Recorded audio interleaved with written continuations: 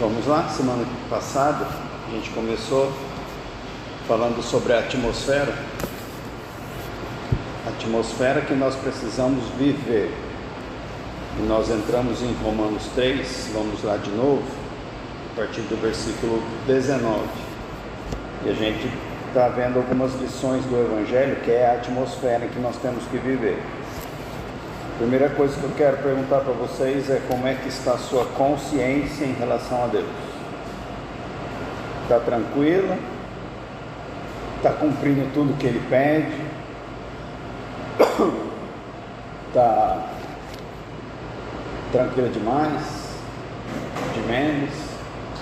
Está começando o oposto, entrar em desespero, medo, dúvida?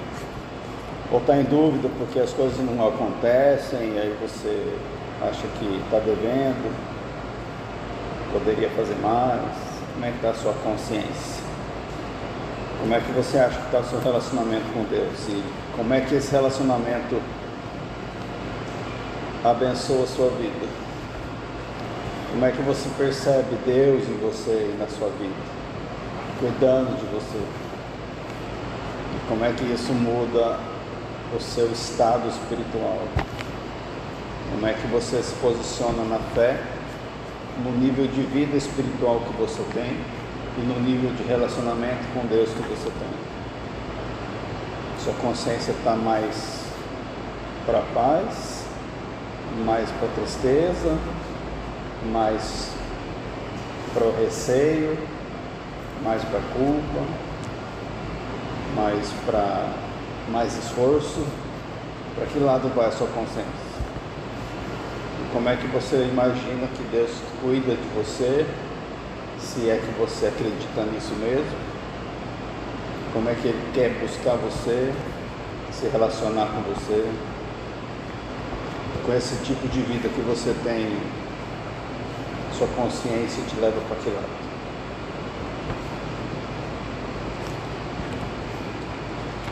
Vamos voltar para o nosso texto para a gente mudar essa consciência hoje e colocar ela dentro da perspectiva de Deus.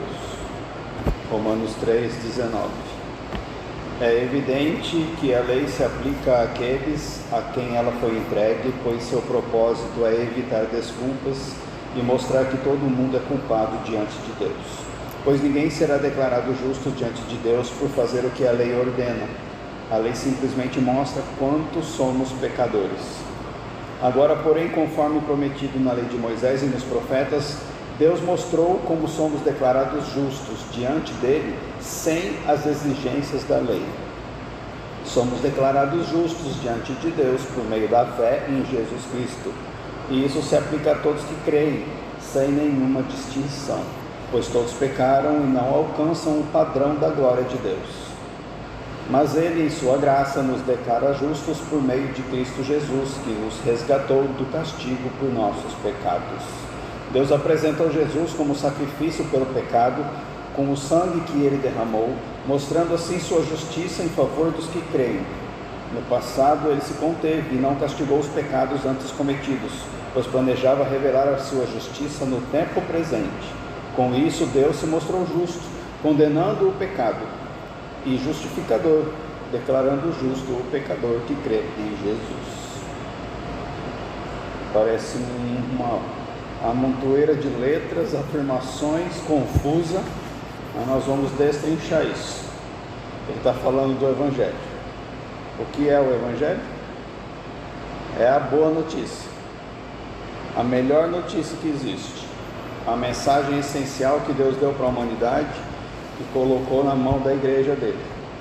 Somente quem tem e é a igreja consegue saber, conhecer e praticar o Evangelho. Mas milhões de pessoas que se dizem cristãs não sabem o que é o Evangelho. E se sabem na teoria, não praticam. Sabem evangelizar, falando que Jesus morreu na cruz e ama todo mundo. Essa é a boa notícia para eles. E quando a gente não entende o Evangelho plenamente acredito que nós só vamos entender na glória, mas quando a gente só entende superficialmente, basicamente, a gente perde a alegria de viver dentro do Evangelho. E a gente perde o poder dele na nossa vida. A gente acaba vivendo uma vida conhecendo o Evangelho na teoria, mas vivendo uma vida humana.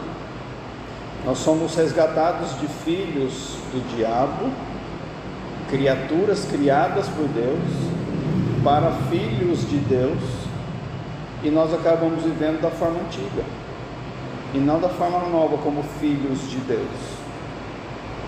Imagina um filme de filosofia grega, em que aparece lá o Hércules, com a super força dele, ou o Superman.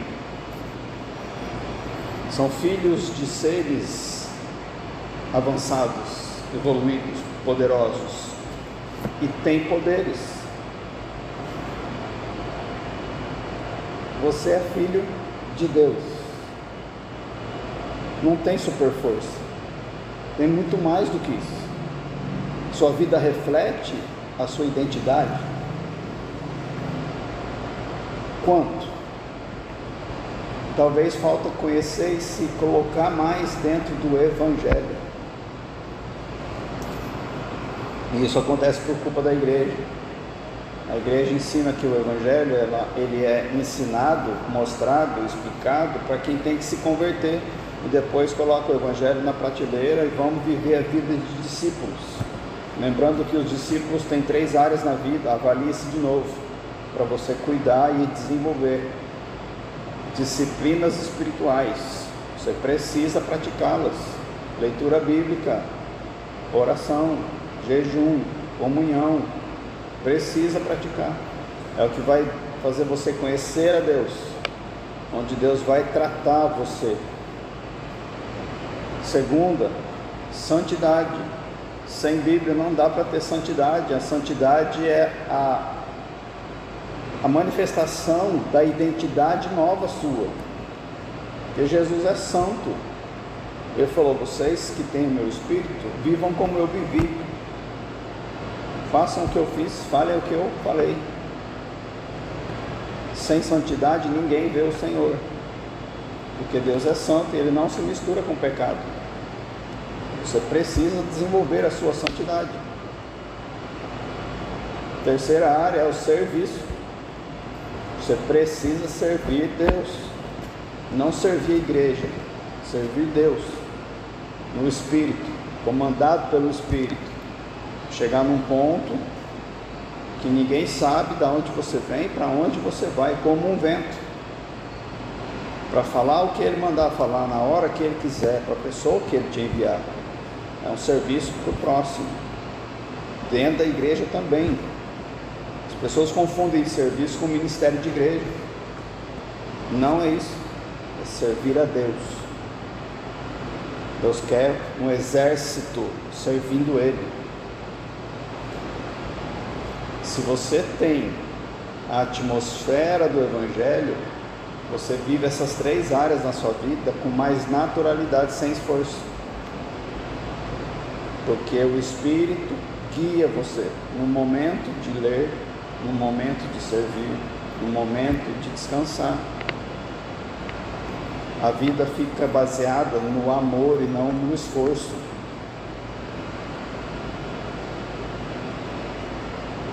Se você não tiver a atmosfera do Evangelho, você vai querer melhorar nessas áreas. Você vai se cobrar, vai sentir culpa por não conseguir cumprir como você gostaria, e não vai dar fruto.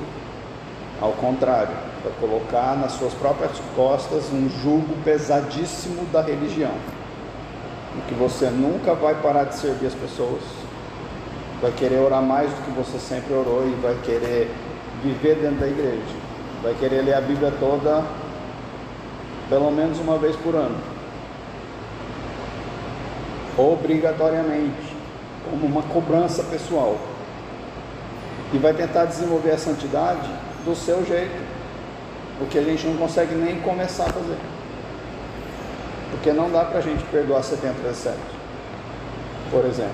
A gente não consegue.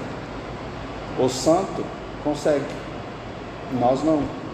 Jesus consegue, nós não.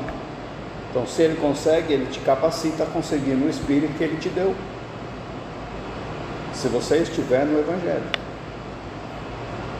Se você não estiver no Evangelho, você não dá acesso à ação do Espírito na sua vida.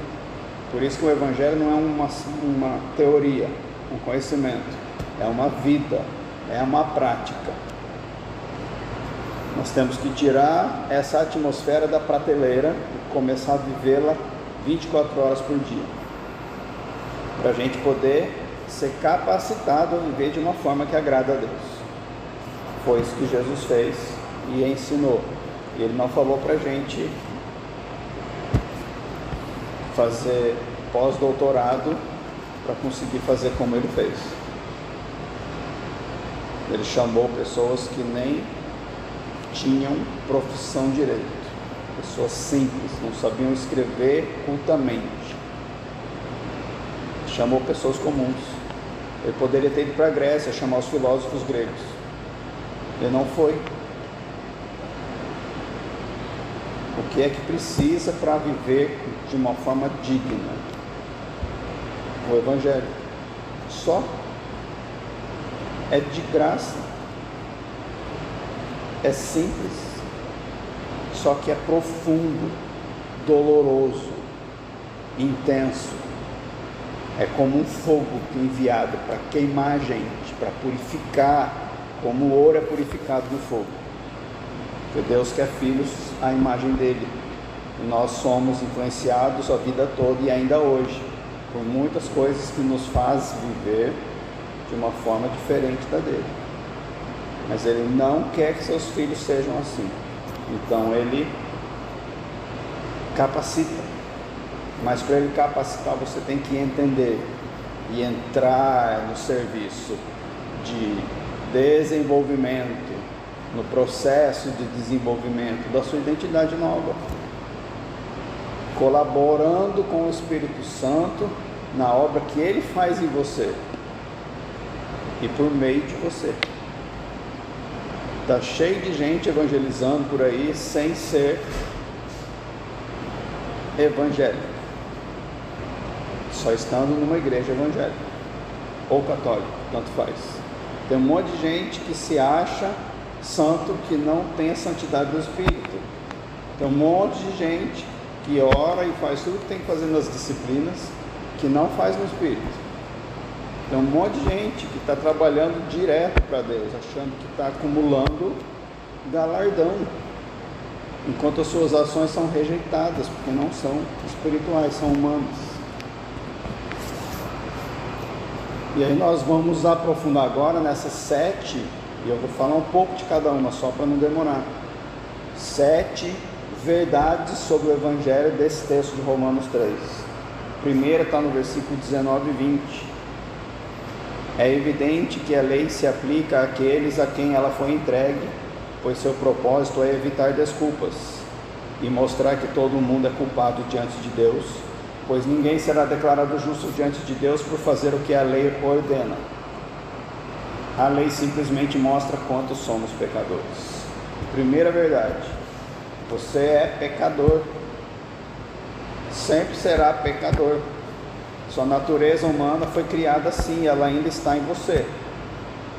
Gálatas 5,17 diz que a carne milita contra o Espírito e o Espírito contra a carne, de forma que a sua carne ainda está em você, militando para você não obedecer a Deus todo o tempo. Primeira verdade: ninguém é declarado justo obedecendo a lei, porque não é por meio de fazer coisas bíblicas que a gente é justo, porque senão quem faz mais é mais justo do que quem faz menos. Qual é a prática dessa primeira lição? Por mais e melhor que você faça, não é suficiente. Então para de fazer. Deus não quer servos, Deus não quer trabalhadores, Deus quer amigos que andam com Ele. Deus não quer que você trabalhe para Ele, ande com Ele, faça por Ele, defenda. Ele não quer isso. Ele não precisa do seu dinheiro. não precisa do seu serviço, ele não precisa, ele é autossuficiente. Ele quer a sua vida, o seu coração, a sua amizade, o seu amor. Aí ele vai pegar você pronto, sem dinheiro, sem bem, sem saúde, sem nada, sem amigo, sem casamento, sem nada.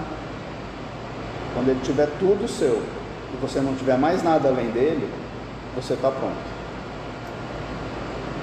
Aí ele vai te usar. Enquanto você tiver algo que se apegar, você não é totalmente dele. Então, primeira lição, você não é suficiente. E se você tentar ser justificado por obedecer à Bíblia, não vai conseguir. Porque a nossa obediência ela é contaminada pelo nosso pecado. Segunda lição, versículo 21. Agora, porém, conforme prometido na lei de Moisés e nos profetas, Deus nos mostrou que somos declarados justos diante dele sem as exigências da lei.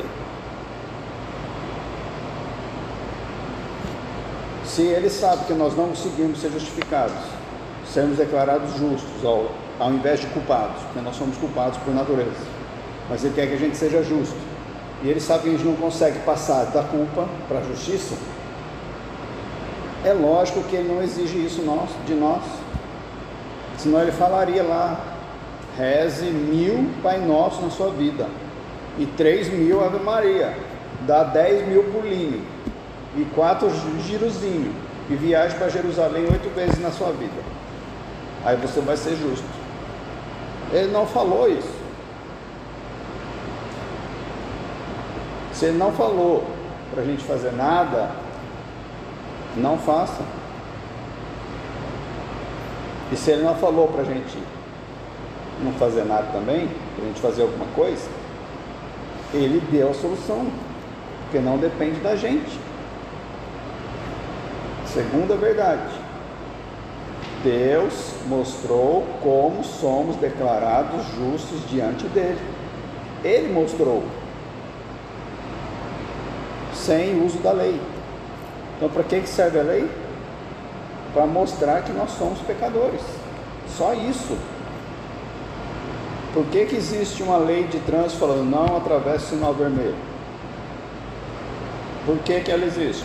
Qual que é a essência espiritual dessa lei? A humana é que nós precisamos organizar o trânsito, respeitar os pedestres, evitar acidentes e mortes. E no espírito, qual que é a essência dessa lei? Você é apressado, você é desrespeitador. Quando você puder, você burla as regras.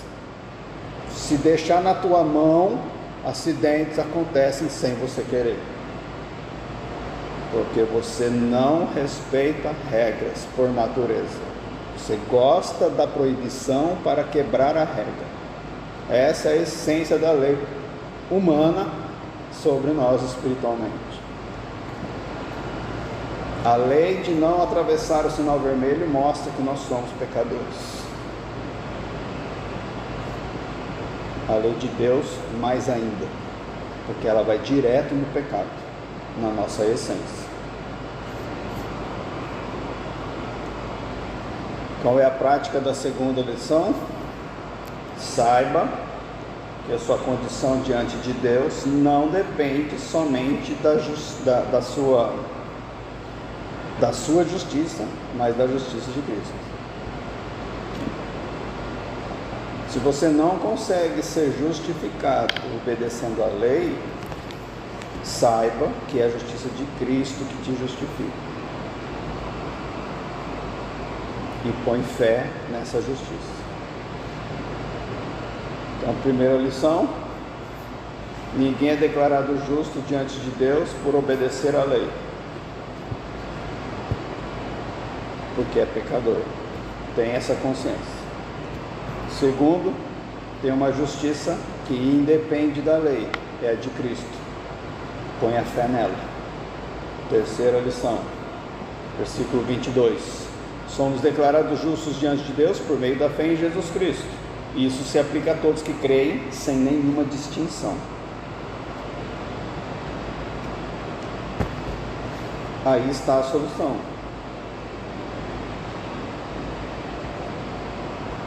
Pela fé. A fé é a mão que se estende para pegar o que Deus tem para dar. A graça de Deus dá o que a gente precisa. A fé é o canal, é o cano que se conecta na fonte de água. Senão a água não chega até a sua vida, se você não tiver fé. Terceira lição: pratique a sua fé para que ela esteja somente em Cristo, porque a gente é justificado pela fé em Cristo. É muito sutil essa verdade, parece tão fácil que a gente cumpre, porque você tem fé em Cristo, mas a sua fé está cheia de ídolos, paixões. Olha para a sua semana, para o seu dia a dia, quais são as coisas que estão à frente de Deus, o que te impede de orar, de ler a Bíblia, de servir o próximo, o que te impede de ouvir a voz de Deus, o que te impede de ter tempo de buscar a intimidade dEle, o que te impede de vir na terça-feira para a gente estudar junto. São ídolos. Sua fé não está só em Cristo. Você busca outras coisas, espera resultados em outras atividades, buscando com pensamento em outras fontes. E isso é ídolo. Deus mandou você trabalhar? Trabalha. Tudo é permitido, mas algumas coisas não me convêm. Então trabalha, mas se exagerar, não convém. Pode ter celular para ver WhatsApp, ver televisão, ver série, filme, pode, sem exagerar. Se Deus mandar você fazer algo para Ele, você vai ouvir? Se não está ouvindo, por quê? Está intoxicado de mundo ou de pecado? Não está ouvindo Deus? Não está sóbrio? E aí você vai ouvir a Deus e vai obedecer ou vai só ouvir? Não vai obedecer porque quer buscar outras coisas, se divertir de alguma outra forma. Talvez Deus vai mandar você ter uma conversa chata com alguém sobre pecado, perdão, um conserto com uma pessoa que você não gosta, um confronto de alguma coisa, uma doação de algo que você valoriza. Vai obedecer ou não vai obedecer? Tira a sua fé do resto. Coloca a sua fé em Jesus Cristo para ser justo. Que a nossa justiça vem se a gente colocar fé somente em Cristo. Tem que purificar a fé. Até aqui foi a mensagem da semana passada. Vamos começar de hoje, terminando com mais os 4 restantes de hoje. São mais 4 lições. No versículo 22. Somos declarados justos diante de Deus por meio da fé em Jesus Cristo. Isso se aplica a todos que creem, sem nenhuma distinção, pois todos pecaram e não alcançam o padrão da glória de Deus.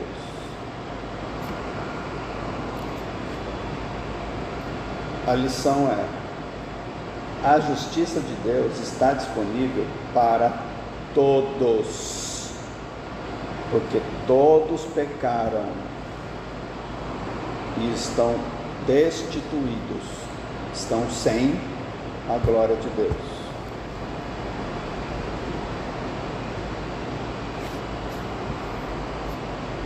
Deus diferencia pecadinho de pecadão. Nós vamos responder para cada pecado que a gente cometeu. Só que o nível dele é sem pecado. Pessoa que peca pouquinho, um pecadinho aceitável, aqueles sofisticados que a gente conversou, uma pessoa decente, diante de Deus, tem a mesma culpa do pecador flagrante. apesar da consequência ser diferente. É como se a média para passar de ano fosse 60 e uma pessoa tira 10 e a outra tira 50. Os dois reprovaram. A nota de Deus é 100. Está no nosso texto 23. Todos pecaram e não alcançam o padrão da glória de Deus. Você nunca vai ser nota 100.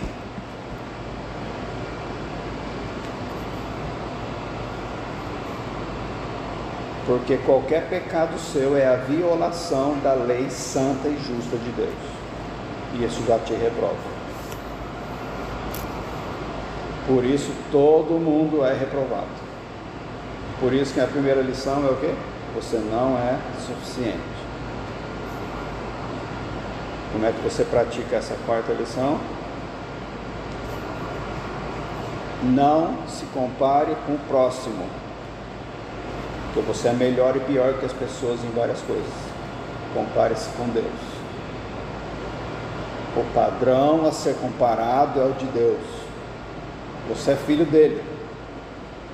Não dá para se comparar com o irmão seu, filho de Deus.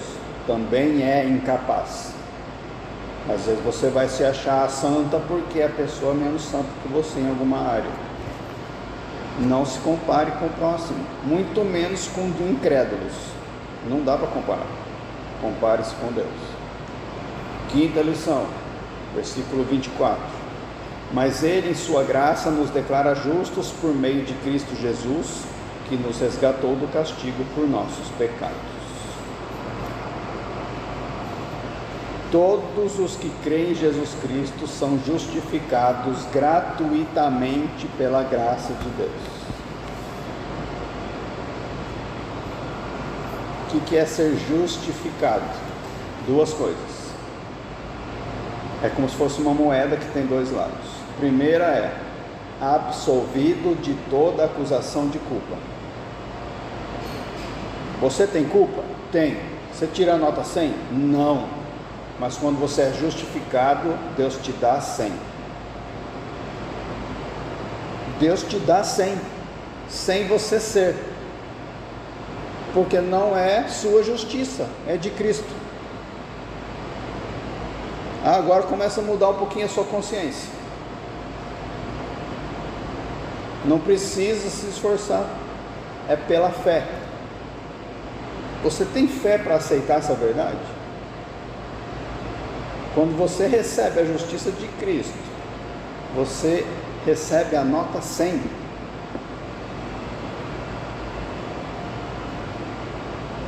Você aceita isso?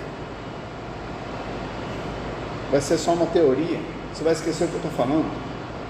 Vou falar de novo. Em Cristo você é nota 100. Aos olhos de Deus você é perfeito. Não importa a sua vida, o seu pecado, a sua luta. Não importa a sua escassez, sua dívida, sua doença. Não importa o seu relacionamento, o seu passado. Se você vai para Cristo com fé por causa do seu pecado, buscando a solução nele, Ele te dá a nota 100 na hora e não te tira mais. Esse é o primeiro lado da moeda. Qual que é o segundo? Você é declarado justo diante dele. Você não é só inocente, você é justo. O que é ser justo? É ser igual a Jesus.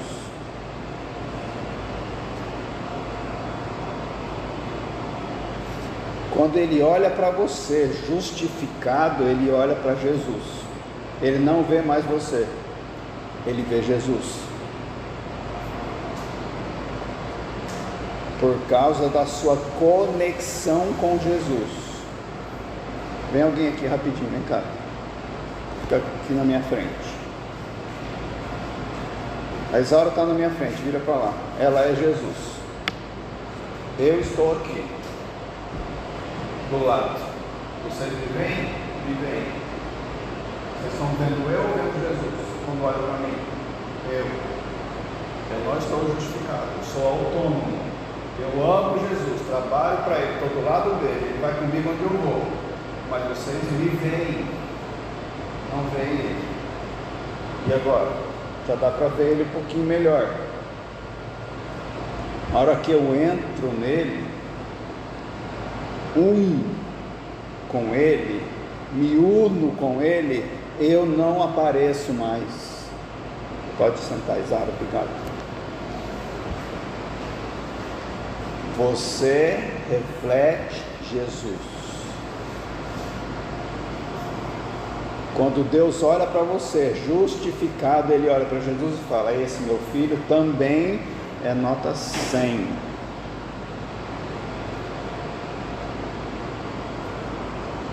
E aí ele fala que a obra de Cristo é a sua obra, e que a morte de Cristo é a sua morte, que tudo envolve Cristo, envolve você, e que tudo que é dele é seu. Percebe a realidade de quem você é aos olhos de Deus. Jesus curou, você cura. Jesus se prostrou, você se prostra. Jesus se levantou com autoridade, você tem autoridade. Jesus ensinou, você ensina. Jesus morreu na cruz, você morreu na cruz.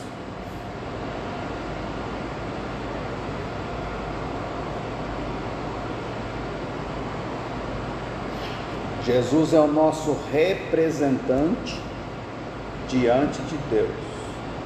Tem um sindicato de trabalhadores da construção civil. Eles representam quem? Os trabalhadores da construção civil. Se você não é da construção civil, ele vai te representar? Não. Mas se o presidente do sindicato vai conversar com uma construtora, é como se cada empregado daquela construtora estivesse na sala do presidente da construtora conversando com ele. Que ele representa os profissionais da área. Você não precisa estar lá, porque o cara te representa, ele fala por você, ouve por você, decide por você. Jesus é o nosso representante. Você não precisa pensar que você é diferente dele. Você é igualzinho a ele. Por isso que Paulo afirmou em Gálatas 2:20: fui crucificado com Cristo. Ele está lá ainda na cruz. Você está? Paulo hoje na glória está na cruz. E ele entrou na cruz naquele dia na estrada para Damasco, quando ele viu o Senhor e caiu. E nunca mais saiu dela, até hoje, na glória. Você sai da sua cruz?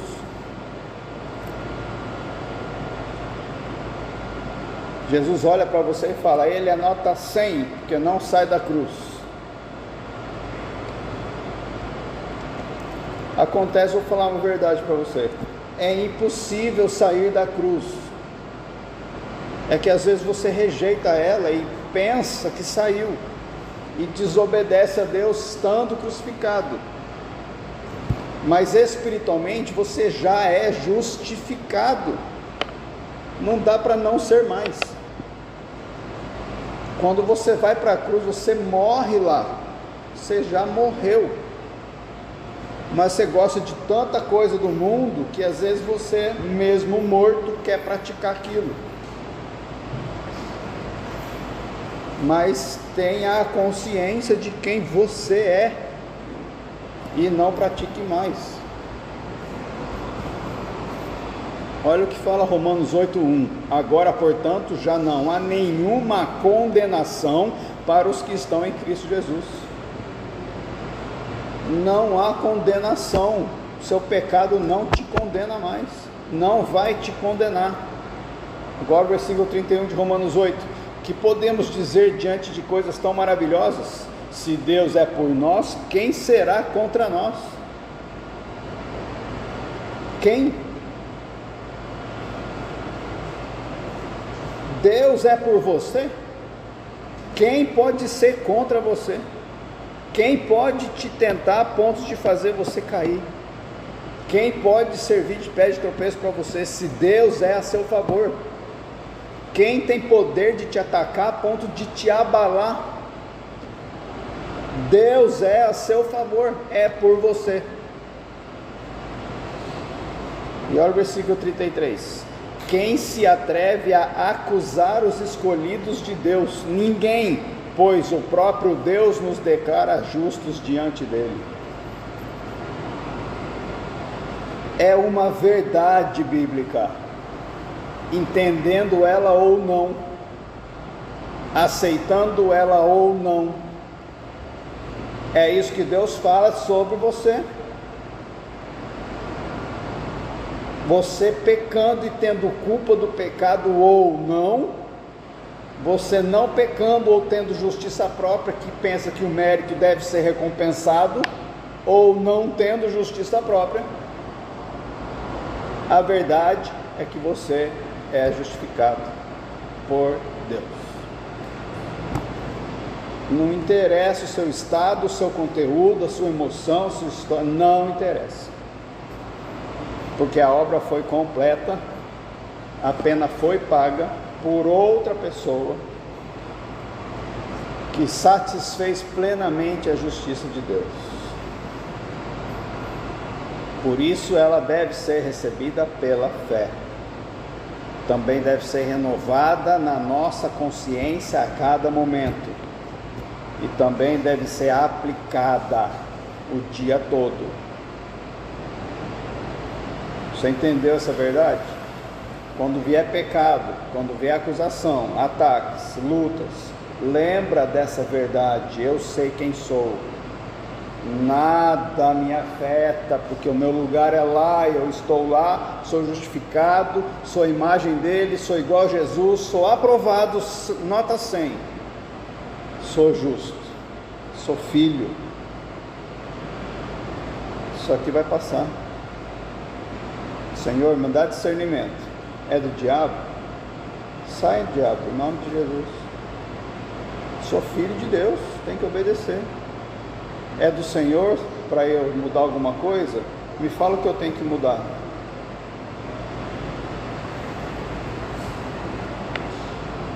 Viva com sabedoria espiritual,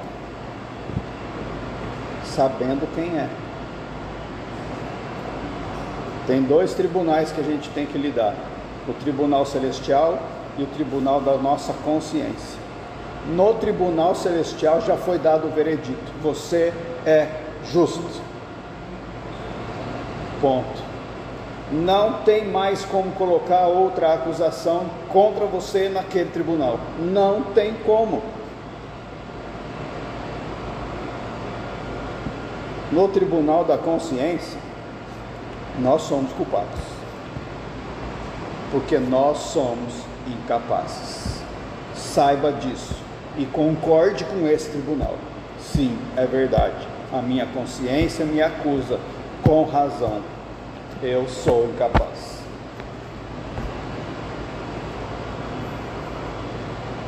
Pela fé você harmoniza os dois tribunais de Deus e da sua consciência. Primeiro concordando com o da sua consciência e se prostrando em humildade, em arrependimento. Eu sou culpado. E pela fé também você aceita que Jesus levou a sua culpa no corpo dele, na morte dele. Aí você harmoniza os dois tribunais. Você vive prostrado, ressurreto.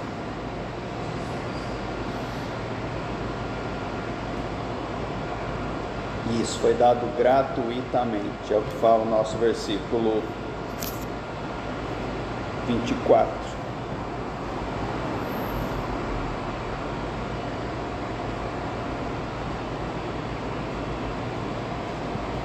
De graça, pela graça.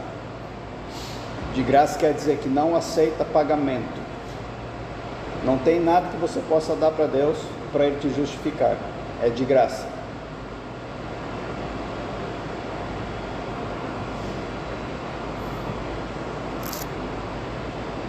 Deus não faz negócio com o pecador. Não adianta. Você pode fazer o que você quiser. Pode dar o que você tiver. Ele não aceita. Ele não se mistura com o pecador. Mas ele promete lá em Isaías 55:1: alguém tem sede?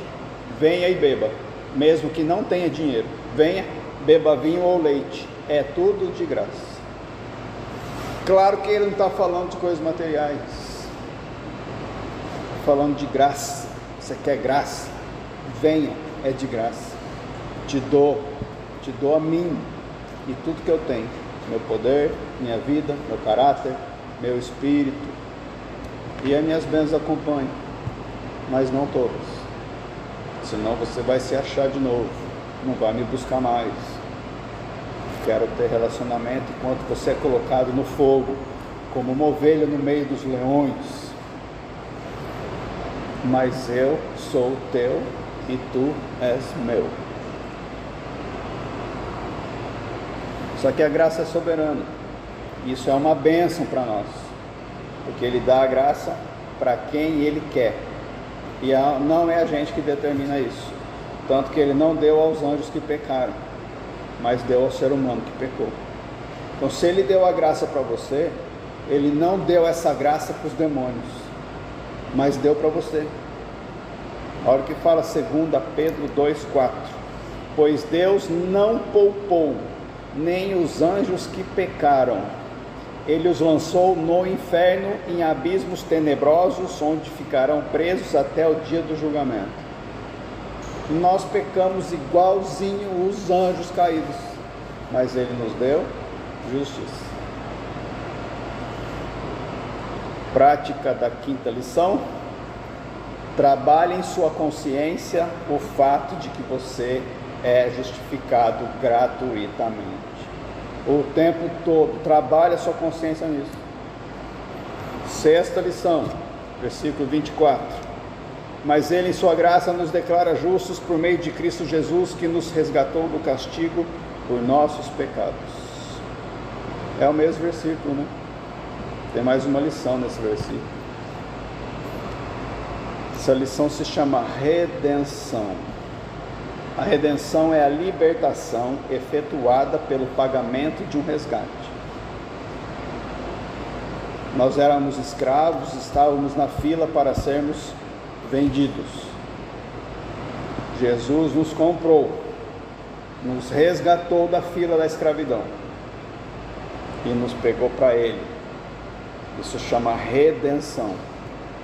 Ele pagou um preço pela nossa vida.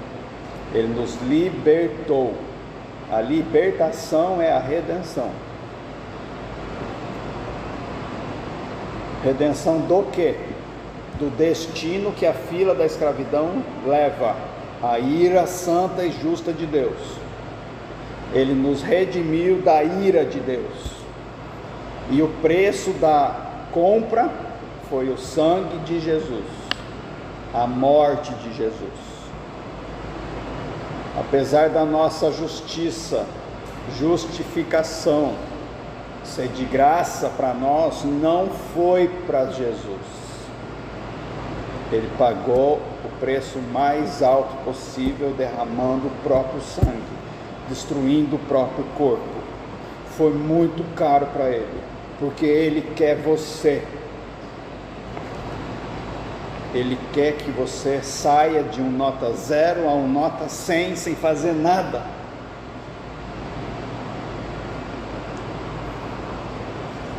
Qual é a diferença entre justificação e perdão?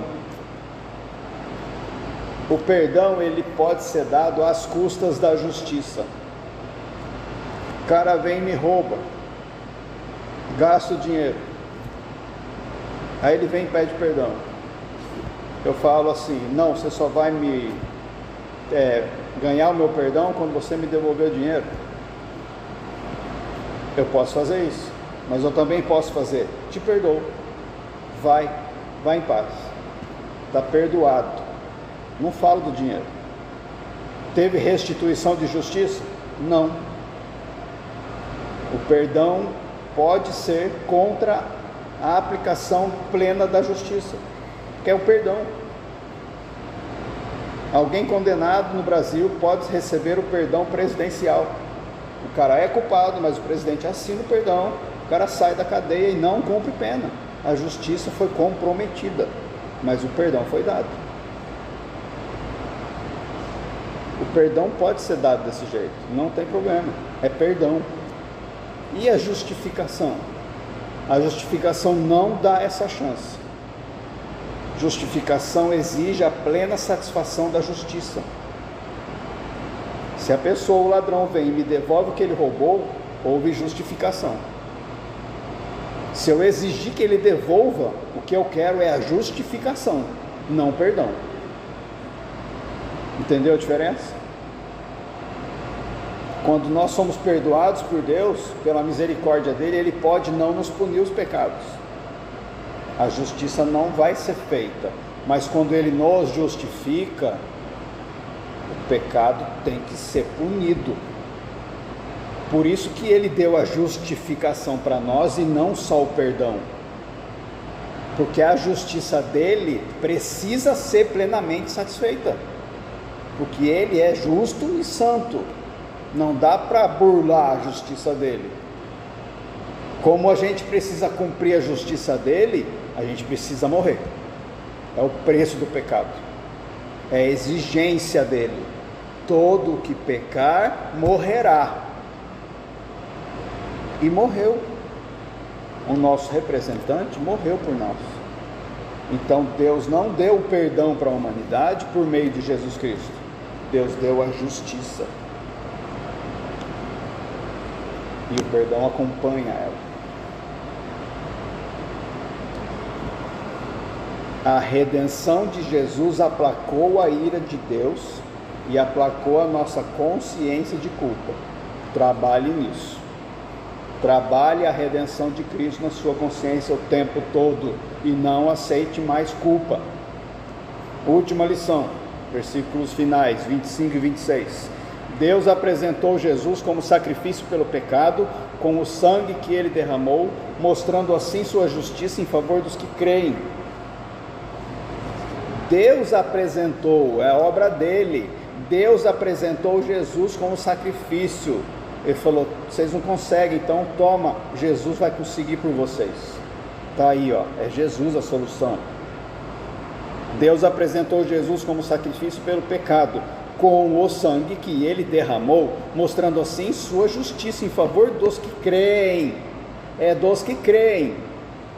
No passado ele se conteve e não castigou os pecados antes cometidos, pois planejava revelar sua justiça no tempo presente. Com isso Deus se mostrou justo, condenando o pecado, e justificador, declarando justo o pecador que crê em Jesus. Aqui ele está falando da expiação. Expiação é a reparação pela culpa de um crime. A redenção é a libertação da escravidão. A expiação é o pagamento. É a reparação. Jesus, ele fez a expiação porque ele serviu como pagamento. Ele assumiu a ira de Deus contra o pecado. Romanos 1,18. Assim Deus mostra do céu sua ira contra todos que são pecadores e perversos, que por sua maldade impedem que a verdade seja conhecida. Isso é verdade para todos os seres humanos, para todos. Deus mostra do céu a sua ira, contra o quê? Contra todos os pecadores e perversos. Todos. Todos os pecadores e perversos passam pela ira de Deus. Todos. Você já passou por ela?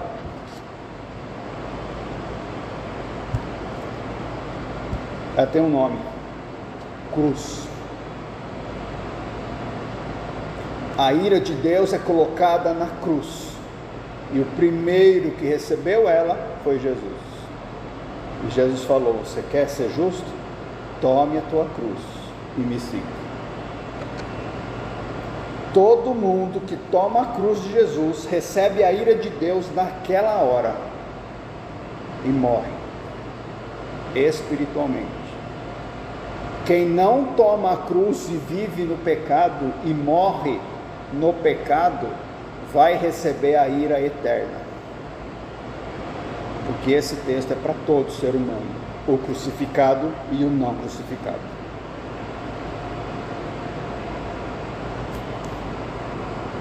E Jesus também, pela sua expiação, assumiu a nossa sujeição a essa ira. Hoje nós não somos mais sujeitos a ela, estamos livres. Por isso que Efésios 2:3 fala: todos nós vivíamos desse modo, seguindo os desejos ardentes e as inclinações de nossa natureza humana. Éramos por natureza merecedores da ira, como os demais. Nós merecíamos. Por isso que nós fomos para a cruz, para receber lá a punição dos nossos pecados. A partir de lá, punido, a justiça foi feita.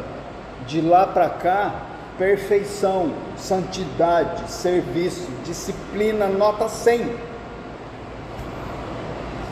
Tem outra palavrinha para sacrifício de expiação, chama propiciação. É aquilo que aplaca a ira de Deus contra o pecado. A propiciação é o que aplaca a ira, desvia a ira. A ira está sobre você, pecador.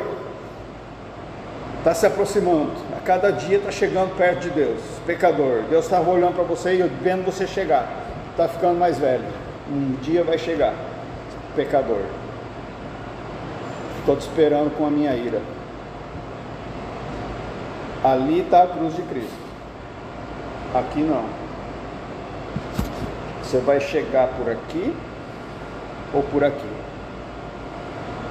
A minha ira vai te alcançar. Pode ser antes de você chegar na cruz ali. Se você passar pela minha ira na cruz antes de morrer, você está livre dela aqui.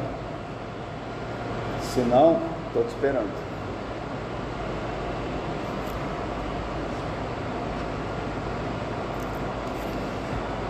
A cruz aplacou a ira. Jesus fez a propiciação por nós. Ele desviou a ira para a cruz, para Ele. De modo que quando você vem de lá e passa pela cruz, Deus não olha mais para você com ira. Ele foca no próximo. E quando você chegar, vai ser abraçado. Isso é propiciação. Deus ofereceu em Jesus. Quando você acha que a ira de Deus está sobre você por causa de algum pecado ou a vida torta, lembra que Deus planejou e executou a salvação por você. E você deve se apropriar dessa propiciação, dessa expiação pela fé no sangue ou na morte de Jesus. Em Hebreus 9,14 fala: imaginem como o sangue de Cristo purificará nossa consciência das obras mortas para que adoremos ao Deus vivo. E 1 João 1,7 diz: se vivemos na luz como Deus está na luz, temos comunhão uns com os outros, e o sangue de Jesus, seu Filho, nos purifica de todo pecado. Em Hebreus 10,19, portanto, irmãos, por causa do sangue de Jesus, podemos entrar com toda a confiança no lugar santíssimo. Por sua morte, Jesus abriu um caminho novo e vivo através da cortina que leva ao lugar santíssimo. Então, além de nos dar a propiciação e a expiação, o sangue de Jesus ainda nos purifica a nossa consciência, purifica de todo pecado e nos deixa entrar com toda ousadia, confiança no lugar santíssimo, lá no pé, no colo de Deus, para falar na orelha dele, onde ninguém entra. Ninguém, só os filhos entram. Tem um lugar especial para os filhos na casa do dono da casa, e é o meu sofá, um lugar do lado da cama. É lá que você pode entrar, por meio do sangue de Jesus. Então, aplica isso na sua consciência. Tira a culpa pelo pecado. tira o desapontamento que você causa a Deus da sua consciência. Não é a sua contrição, seu arrependimento ou a sua tristeza pelo pecado, não é o seu arrependimento e a intensidade dele, e nem é um período que você passa de provação para te purificar. Não tem nada a ver com nada disso que te purifica. É o sangue de Jesus, ponto. Não precisa se esgoelar de arrependimento, não precisa encarar a luta como se fosse um masoquista sofrendo para poder equilibrar o mal que você causa para se purificar. Não adianta, não precisa. O sangue de Jesus te purifica pela fé. Saiba disso e pratique isso pela fé diariamente, várias vezes por dia. A última prática: trabalhe sobre essa expiação na sua vida, na sua consciência. São 7 lições que a gente viu.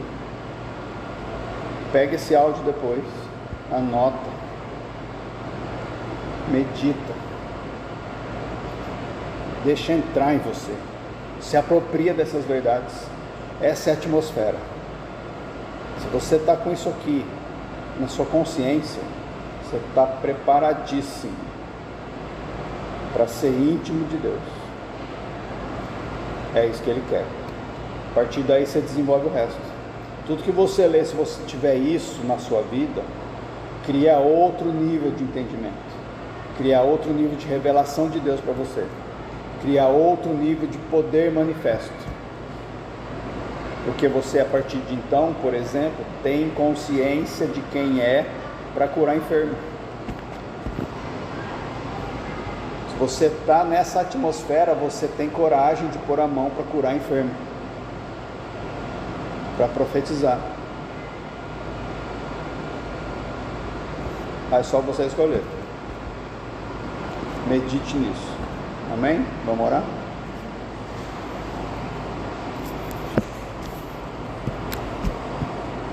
Obrigado, Pai, mais uma vez. Te louvamos e agradecemos. Sua palavra nos constrange muito e também nos abençoa com uma alegria indizível, uma realidade espiritual que por muito tempo ficou escondido de nós e a gente aprendeu a viver humanamente para te agradar, sem entrar nessa atmosfera. São textos complexos, verdades profundas, mistérios que o Senhor revela para poucas pessoas. E hoje nós vemos uma multidão de milhões, e na história humana então bilhões de pessoas que pensaram e ainda pensam que estão vivendo assim, mas não estão. Estão fora da atmosfera, te servindo, te buscando, desenvolvendo algo humano e não no espírito. Onde está Jesus no nosso meio? Onde está o Jesus na nossa vida? Onde estão as pessoas que refletem essa glória no nosso meio, Pai? Mostra para nós que aqui, uma igrejinha pequenininha, pessoas pobres, carentes do Senhor, estão sedentas por essa vida. E nós absorvemos isso. E nós nos apropriamos disso. E nós pedimos para o Espírito aplicar isso hoje na nossa vida, para a gente sair daqui com essa consciência, sem culpa, sem justiça própria, mas arrastadas, cada consciência arrastada ao amor do Senhor derramado por nós, para a gente saber que é mérito de Cristo, é a justiça dele, em nome de Jesus. Amém?